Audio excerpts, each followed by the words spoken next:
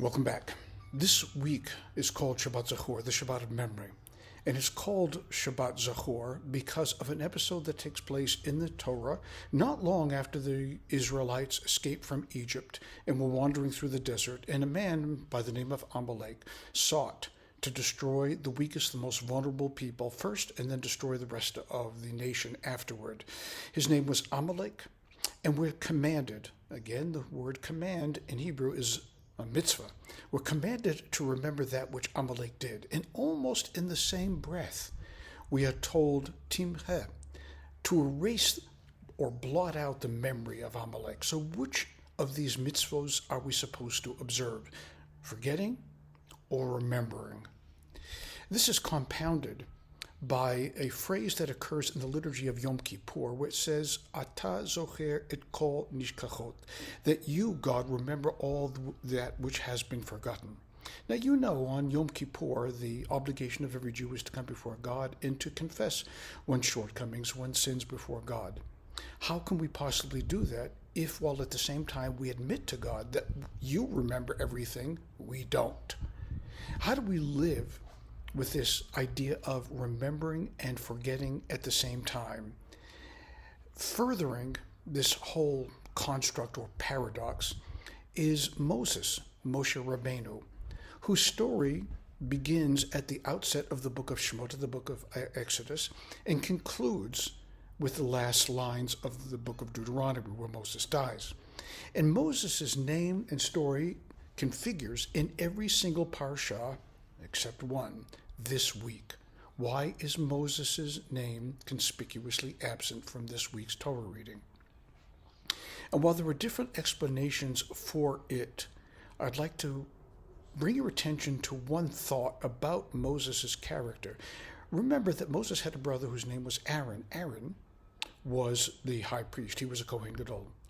Now, as you know, being a priest or being a Kohen is patrilineal. And since Moses and Aaron had the same parentage, why is it that Aaron is the Kohen and not Moses?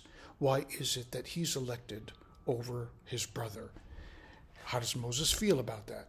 How does Moses feel about being the leader of Israel in all respects, except perhaps the most important one of all, the spiritual leadership, the mantle of spiritual leadership that was taken by his brother, and told by God that it was going to be taken by his brother, by Aaron?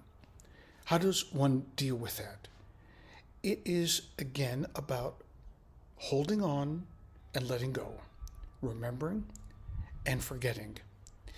In the Pirkei Avot, which is a section of the Mishnah, Rabbi Tarfon is quoted as saying, you have a task to meet out in life, and you're not possibly going to live long enough or strong enough or have enough energy and friends be able to meet out the task that is set before you. You've got a challenge before you. You know what you want to do. You know what you want to accomplish in life, and you will not be able to succeed at completing that task. How frustrating is that idea? Rabbi Tarfon acknowledges the fact that we are fallible individuals, and we're never going to be able to see the end of what we truly hope to create in our life.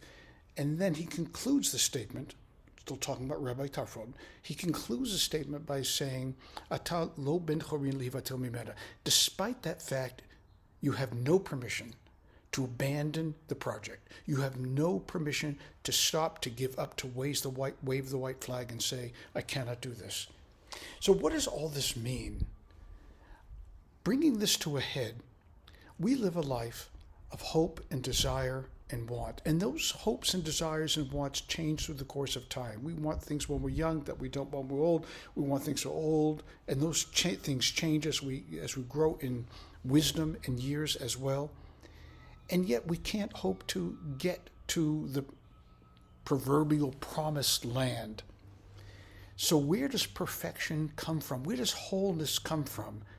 Knowing that we can't remember everything, we can't hold on to everything, that we can't meet out the tasks that we really want to accomplish in our days, that we can't be everything that we want to be, where does perfection lie? Perfection lies in imperfection, in the realization that we are fragmented human beings, that we're not going to be able to do everything that we hope and aspire to accomplish in life. Your parents were the same way. They didn't do everything that they hoped to do in their days, but they did their best. It's kind of like planting seeds in the earth, watering them. We might grow and old enough to be able to see those seeds begin to sprout above the earth, but we may not see them grow into the fulsome, wholesome plants and trees that we want them to be. But nonetheless, we plant them for the future.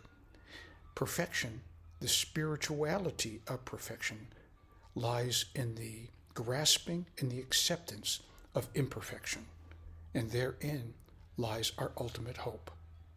Shabbat Shalom.